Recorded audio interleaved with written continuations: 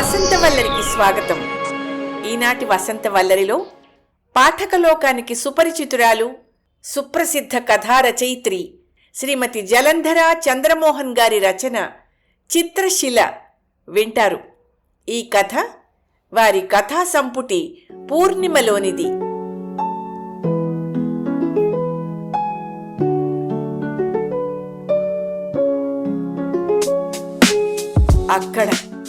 అక్కడ పొగమంచులో భారతీయ వీరుడి అంతిమ సంస్కారాల ఏర్పాటు.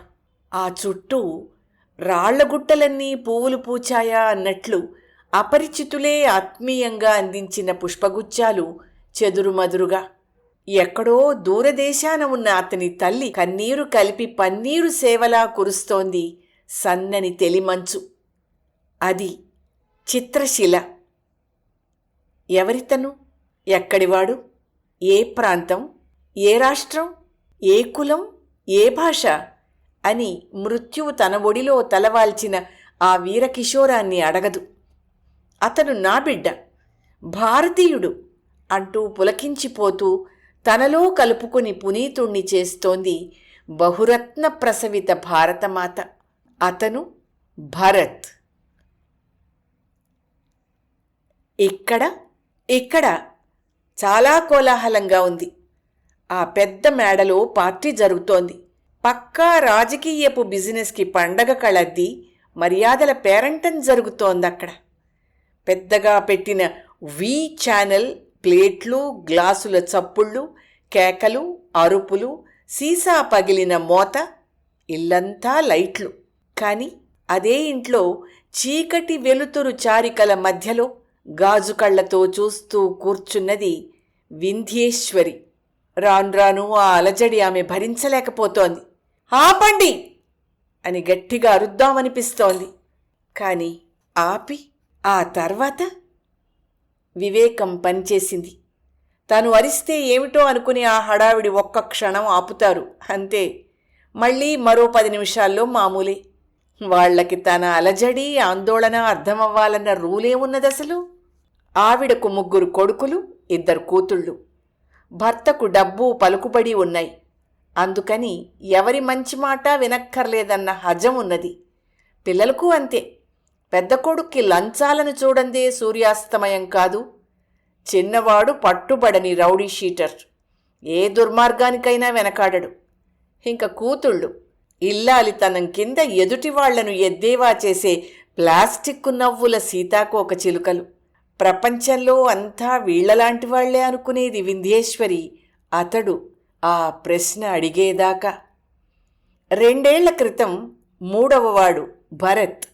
అమ్మా, మనమంతా సుఖపడుతున్నామంటావా? సూటిగా చూస్తూ అడిగాడు. అర్థం కాలేదామెకు. అంటే ఏమంటావురా? అమ్మా, వీళ్ళకొక గోల్ లేదు, లక్ష్యశుద్ధి లేదు, ఇలాగే బతకాలన్న రూల్ లేదు, ఇది ధర్మం ఇది కాదు అన్న భయం లేదు, ఎదుటి వాళ్ళను దుఃఖ పెట్టకూడదన్న ఇంగితం అసలే లేదు. ఇందులో నుంచి సుఖం ఎలా వస్తుందమ్మా? నిర్ఘాంతపోయింది వింధ్యేశ్వరి. భరత్, ఏమిట్రా నువ్వనేది? అవునమ్మా, నేను వేరే రకం ప్రపంచాన్ని చూస్తున్నాను. విలువలు ఉన్న మనుషుల్ని చూస్తున్నాను. కక్కుర్తి, అవినీతి లేని ఉన్నతుల్ని చూస్తున్నానమ్మా. ధర్మం కోసం ప్రాణాలని పణంగా పెట్టగల గొప్పవాళ్లను చూస్తున్నాను. తను పుట్టిన దేశానికి, తన దేశపు ఆత్మగౌరవానికి ప్రతిరోజు తలవంచి గౌరవించే మహోన్నతుల్ని చూస్తున్నాను. వాళ్లను చూసిన తర్వాత ఈ మన జనాన్ని చూస్తుంటే ఏదో వ్యాధి పుట్టిన వాళ్ళల్లా కనిపిస్తున్నారమ్మా. భయపడిపోయింది వింధ్యేశ్వరి. వీడు ఏ రివల్యూషనిస్టుగానో మారిపోతున్నాడా అని. వీడి మీద వీడి ప్రొఫెసర్ ప్రభావం అతిగా ఉన్నదని ఆచూకీ కనుక్కుంది. ఒకరోజు పడవంత కారులో ఆయనింటికి వెళ్ళింది నిర్భయంగా. మావాడికి పిచ్చి పిచ్చి కబుర్లు చెప్పొద్దు, పనికిమాలిన ఆదర్శాలు, గతిలేని వాళ్ల గొప్పలు నేర్పద్దు అని ఎడాపెడా దులిపేసింది. అహంకారంతో కూడిన అజ్ఞానం మనిషికి గొప్ప ధైర్యాన్నిస్తుంది. ఏమన్నాడు భరత్? ఆయన మెల్లిగా అడిగాడు. ఏమిటో నా పుట్టిన దేశం అంటాడు, ఈ మట్టికి వంగి దండం పెట్టాలంటాడు. ఏమిటా శ్లోకం? సముద్రవసనే దేవి అంటూ పద్యాలు పాడేస్తున్నాడు. ఈ సంగతి వాళ్ళ నాన్నగారికి తెలిస్తే ఎవ్వరికీ మంచిది కాదు. స్పష్టంగా చెప్పేసింది. బయట నలుగురిపై జులుం చెలాయించగల భర్త ఉన్న ఆడదానిలో హజం ఆమె చేత ఆ మాటలు మాట్లాడించింది. ఏది తప్పంటున్నారు మీరు? సూటిగా చూస్తూ అడిగారాయన. అంతా తప్పే మొండిగా అంది. కుటుంబ వ్యవస్థ కలిగించిన నమ్మకాల మత్తుమందు సేవించిన ఆమెకు తనవాళ్లు ఏం చేసినా రైటే.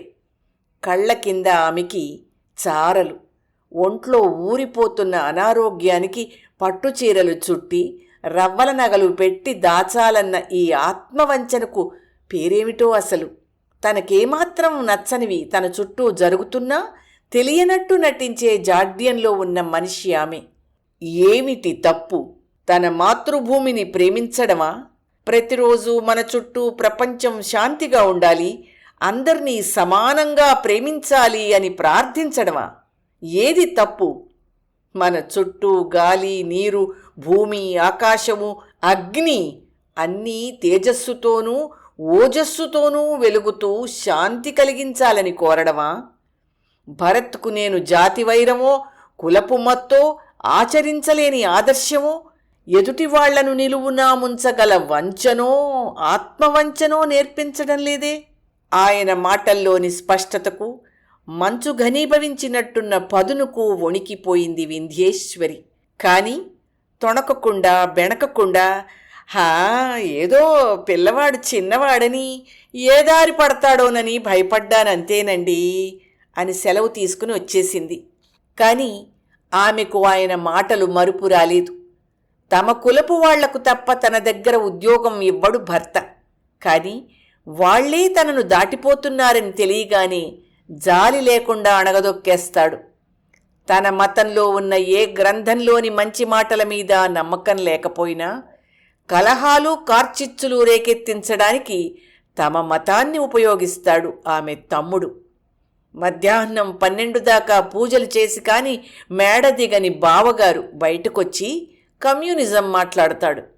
తన పెద్ద కొడుకు సరేసరి డబ్బొస్తుందంటే దేశాన్ని ముక్కలు ముక్కలుగా అమ్మకానికి పెడతాడు. చిన్నవాడు అధికారం కోసం ముఠాకక్షల చిచ్చు పెడతాడు. ఇవన్నీ తనకి తెలిసినవే, తన చుట్టూ ఉన్నవే. కానీ తనకు అవేర్నెస్ ఎందుకు లేదు ఇంతకాలం? ఇది నీతి బాహ్యతని ఎందుకు అనిపించలేదు? నా వాళ్ళేం చేసినా అది పాపం కాదు అనే నీచ మంత్రం ఏదో ఉపదేశం చేసిందా ఈ కుటుంబ వ్యవస్థ? ఆ రోజు తన ఇంట్లో 30 ఏళ్ల నుంచి పనిచేస్తున్న ఆదెమ్మ కూతురు లక్ష్మి 16 ఏళ్ల పిల్ల మాయమైపోయింది. వెతకడం, పోలీసు రిపోర్టులు అంతా అయ్యాక శవమై దొరికింది. చెరచబడి హింసపడి రోజారేకులాంటి పిల్ల నలిగిపోయి కొద్ది దూరంలో ఉన్న ఆదెమ్మ గుడిసెలోంచి ఆలగోలు బాలగోలు గుండెలు చేత్తో పట్టుకుని పడక్కుర్చీలో పడుకున్నది వింధ్యేశ్వరి. అమ్మా! ఆ పిలుపుకు ఉలిక్కిపడి లేచింది. ఎదురుగా భరత్. నువ్విప్పుడేం ఆలోచిస్తున్నావో చెప్పనా అన్నాడు. ఏమిట్రా? ఆదుర్దాగా అంది.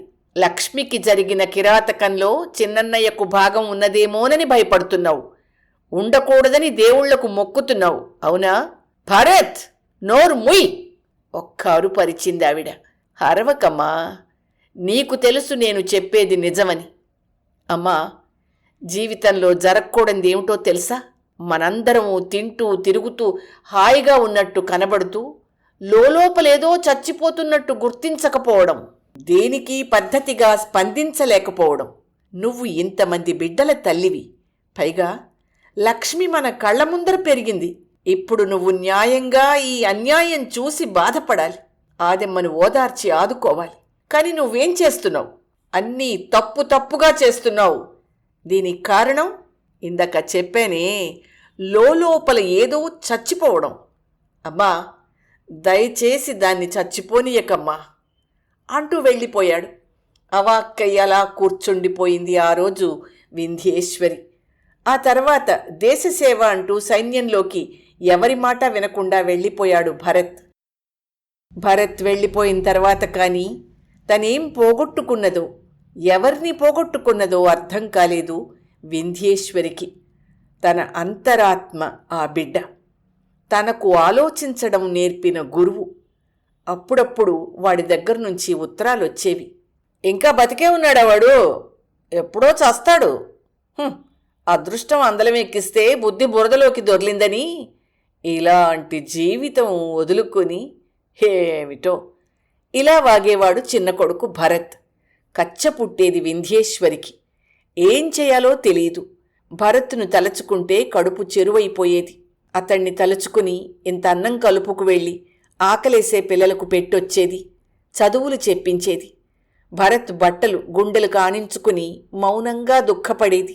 ఇవన్నీ అతనికి తెలియాలని ఉత్తరం రాసేది. అమ్మా, ఇవన్నీ నీ సహజ గుణాలు. ఇప్పుడు నువ్వు వాటిని గుర్తిస్తున్నావు. ఇంతకాలం ఇలా ఆలోచించడం నేర్చుకోనంతకాలం నువ్వు కాదు. అందుకే మనని ఎప్పటికప్పుడు చెక్ చేసుకోవాలి, మన జీవితానికి ధన్యత, అర్థం ఉన్నాయా అని. ఇలా రాసేవాడు భరత్. కార్గిల్ యుద్ధం ప్రారంభమైంది. అమ్మా, భారత్ సైన్యం చేస్తున్న ఈ యుద్ధం ఒక యజ్ఞం. 1965, 1971లో జరిగిన యుద్ధం లాంటిది కాదమ్మా. శత్రువు ఎత్తున ఉంటాడు. మేము కింద నుంచి నిటారుగా ఉన్న ప్రదేశానికి అలవాటు లేని మంచులో కాళ్ళు జారుతూ ఎప్పుడు ఏ మూల నుంచి తూటా వచ్చి దూసుకుపోతుందో తెలియకుండా నడిచి వెళ్తాం. మేమంతా 30 ఏళ్లలోపు వాళ్లమే. పైగా చాలామందిమి దక్షిణాత్యులమే. ఈ చలి, ఈ తిండి మాకు కొత్త. అమ్మా, భోజనంలోకి అన్నం, చపాతీలు, పప్పు, కాసిని కూర ముక్కలు, టొమాటోలు, ఉల్లిపాయలు కనబడితే పండగే. వెంటబడేదానివి, తినరా భరత్ అని. ఇక్కడో ఏది దొరికితే అదే పరమాన్నం. చాలాసార్లు గుర్తుకొస్తున్నావమ్మా. చీకటి పడ్డప్పుడు మంచుకొండల మధ్య నక్షత్రాలు మిణుకుమిణుకుమంటూ మరుగున పడిపోయేటప్పుడు ఈ నిశ్శబ్దం కరడుగట్టిన మంచులో గుండెల్లో వేడి హాయి కలిగించేదేమిటో తెలుసా అమ్మా? ఎక్కడో అనంత దూరాల్లో ఉన్న నా వాళ్లందరినీ, నా ప్రజను నేను కాపాడుకుంటున్నానన్న భావన, వాళ్ల ముఖంలో వెలిగే సూర్యకాంతి లాంటి చిరునవ్వు. అమ్మో, ఈ నా వాళ్లను నేను కాపుకాయకపోతే బానిసలను చేస్తారు. నా దేశం ఆడపిల్లలను అమ్మేస్తారు. నా పొలాలు, నా పచ్చదనం, నా సంపద కొల్లగొడతారు అనుకుంటే చాలు, రక్తం పొంగుతుంది. ఇంక చలి, శత్రువు, మృత్యువు ఏదీ భయపెట్టదు. రేపుంటామో లేదో తెలీదు. నిన్న అనేది మరుగున పడింది. ఇప్పటి నిశ్శబ్దం నిజం, అంతే. ఆ ఉత్తరం చదివి వెక్కి వెక్కి ఏడ్చింది వింధ్యేశ్వరి. అది అందరికీ చదివి వినిపించాలన్న ఆవేశం వచ్చింది. కానీ ఎవరు వింటారు? ఎవరికి కావాలి? ప్రతిరోజు పేపర్ చదివేది, ప్రతి వీరుడులోనూ భరత్ను చూసుకుని ఆ ఫోటోలు ముద్దు పెట్టుకునేది. మారియప్పన్ శరవణన్, మేజర్ రాజేష్ అధికారి, 29 ఏళ్ల వివేక్ గుప్తా, ముక్కుపచ్చలారని బిడ్డ 22 ఏళ్ల రస్వీందర్. బలైపోయిన వాళ్ల కబుర్లు వింటూ ఉంటే గుండెలు తరుక్కుపోయేవి. ఒక్క బిడ్డ బలైపోయినా నా మిగతా బిడ్డల్ని కూడా దేశమాత సేవకు పంపిస్తాను అని ప్రతిజ్ఞ చేసే తల్లులను చూసి వణికిపోయేది. ఎంత గొప్ప స్త్రీలు వీళ్ళు! వాళ్ల ఫోటోలు ముద్రించి ప్రతి ఇంటి డ్రాయింగ్ రూమ్ టేబుల్ మీద పెట్టుకోండి అని అరవాలనిపించేది. ఎప్పుడైనా తనంత మాట అనగలదా? అయినా తన మిగిలిన 2 కొడుకులు యుద్ధానికి వెళ్తే శత్రువులతో చేతులు కలిపి డబ్బు తీసుకుని తన వాళ్లందరినీ అమ్మేసొస్తారు కదూ. వెధవలని కచ్చగా తిట్టుకుంటోంది వింధ్యేశ్వరి. హాల్లో పిచ్చి కేకలు. ఒక పక్క దేశం అట్టుడికి పోతుంటే, అభిమన్యులు వీరమరణం పొందుతుంటే వీళ్ళకి ఏదీ పట్టదు. ఏదో దుష్ట సంస్కారం నా దేశాన్ని పట్టుకు పీడిస్తోంది కచ్చగా అనుకుంది వింధ్యేశ్వరి. వీళ్ల వల్ల ఎవరికి ఉపయోగం? కుటుంబానికా, దేశానికా? అంతకు ముందే వచ్చిన భరత్ ఉత్తరం. అమ్మా, కార్గిల్ ఫండ్కు నాన్న, మావయ్య విరాళాలిచ్చారని ఆనందిస్తూ రాశావు. పిచ్చి తల్లివే నువ్వు. రాజకీయ నాయకుడైన నీ తమ్ముడు, బిజినెస్ మ్యాన్ అయిన నీ భర్త సంపాదించే ఒక్కరోజు సంపాదన ఇక్కడ ఒక్కొక్క జవాను తీసుకునే సంవత్సర జీతం. ఇంతకు 10 ఇంతలిచ్చినా ఒక్కరోజు లాభం లేకుండా దేశం కోసం మంచులో నిలబడి కాపలా కాస్తారా అమ్మా నీ మనుషులు? అమ్మా, అందరూ గిల్టులో బతుకుతున్నారు. బయటపడేందుకు దారులు వెతుకుతారు. పశ్చాత్తాపాలు, ప్రాయశ్చిత్తాలకు ముందు దశ ఒకటుందమ్మా. తప్పు చేసే ముందు ఆలోచించే దశ. ఆ దశకు ఈ దేశ ప్రజలు ఎదగాలని మేమిక్కడ ప్రాణాలు పణంగా పెట్టి ప్రార్థనలు చేస్తున్నామమ్మా. నిజమే, తనవాళ్లు కాబట్టి కానీ క్షమించవలసిన వాళ్లేనా వీళ్ళు? వీళ్ళు దేశం చల్లగా ఉండాలని ఒక్కరోజైనా ప్రార్థించారా? అందరూ నావాళ్లు అనుకోగలరా? కచ్చగా ఉంది వింధ్యేశ్వరికి. గుండెల్లో ఏదో మంట, ఎక్కడో ఏదో జరిగిపోతోందన్న బాధ. ఏమిటో తెలీదు. నాన్నా భరత్, ఎక్కడున్నావురా? నిస్సహాయంగా అరచేతుల్లో తలదాచుకుని ఏడుస్తోంది ఆ తల్లి. కాసేపటి తర్వాత మౌనంగా ప్రార్థిస్తోంది. తన బిడ్డ కోసమే కాదు, యావత్ సైనిక ప్రపంచం కోసం. పీడకలలా తెల్లవారింది. వెలుతురు భయంకరమైన వేదనలతో వచ్చింది. పోలీసులు. కోలాహలం ఏమిటా అని వాకిట్లోకొచ్చింది. రెండో కొడుకుని ఎవరో దారుణంగా పొడిచేశారు. గుండె పగిలిపోయింది వింధ్యేశ్వరికి. వాడి అందం, అహంకారం అన్నీ సమాధైపోయాయి. ఏం సాధిద్దామని? ఎందుకింత దుష్టుడైపోయాడు? అంతలో టెలిగ్రామ్. చిత్రశిలలో భరత్ దహనం చెయ్యబడ్డాడని. కుప్పకూలిపోయింది వింధ్యేశ్వరి. తెలివి వచ్చేటప్పటికీ భర్త ఫోన్లో దబాయిస్తున్నాడెవర్నో. గవర్నమెంట్ అఫీషియల్స్ని కాబోలు కాంపెన్సేషన్ కోసం అడుగుతున్నాడు. తన బిడ్డ శవం ఇవ్వనందుకు. శవాన్ని అమ్ముకునే జాతి. ఒక్క ఉదుటున ఆడపులిలా లేచి రిసీవర్ లాక్కుంది. సారీ అండి, మా వారు అప్సెట్ అయ్యారు, నేను తర్వాత మాట్లాడతాను అని పెట్టేసింది. వింధ్యా! గర్జించాడు భర్త. ఏమిటి? స్థిరంగా చూస్తూ అడిగింది. ఏం చేస్తున్నారు మీరు? వాడు నా బిడ్డ. భరత్ తన మాతృదేశాన్ని రక్షించుకోవడానికి బలైపోతే వాడి శవం కోసం కాంపెన్సేషన్ అడుగుతున్నారా? ముక్కు పచ్చలారని యువకిషోరాలన్నీ మీలాంటి వాళ్లను కాపాడడానికి బలైపోతున్నారంటే ఛా, అసహ్యంగా ఉంది. అసలు వాణ్ణి మీకు కన్నందుకు కచ్చగా ఉంది నాకు.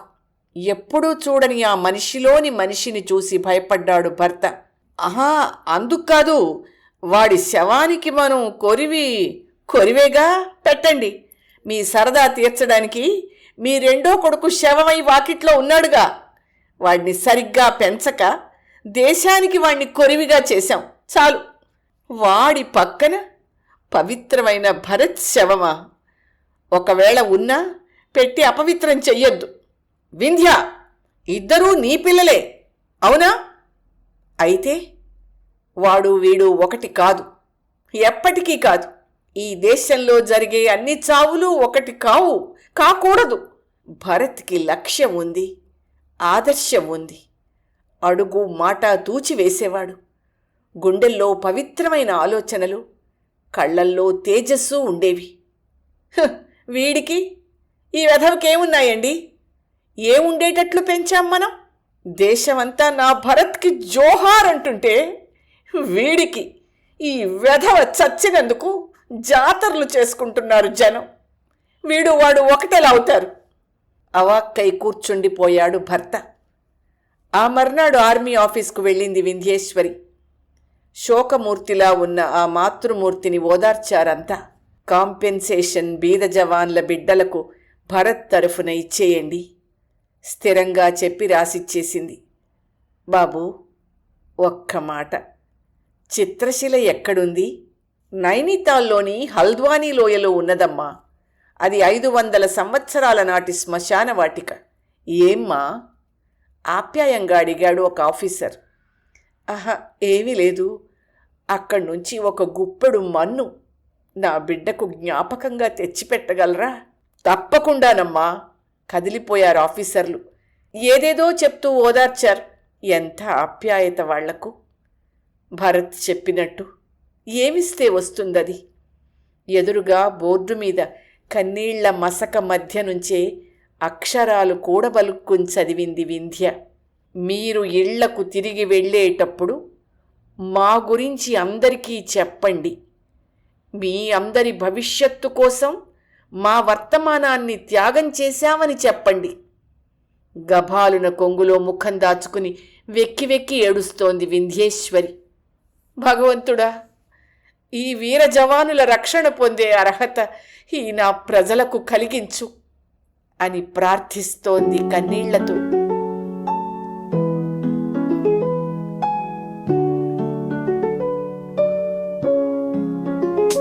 వసంతవల్లరిలో సుప్రసిద్ధ కథా రచయిత్రి శ్రీమతి జలంధర చంద్రమోహన్ గారి రచన చిత్రశిల విన్నారు.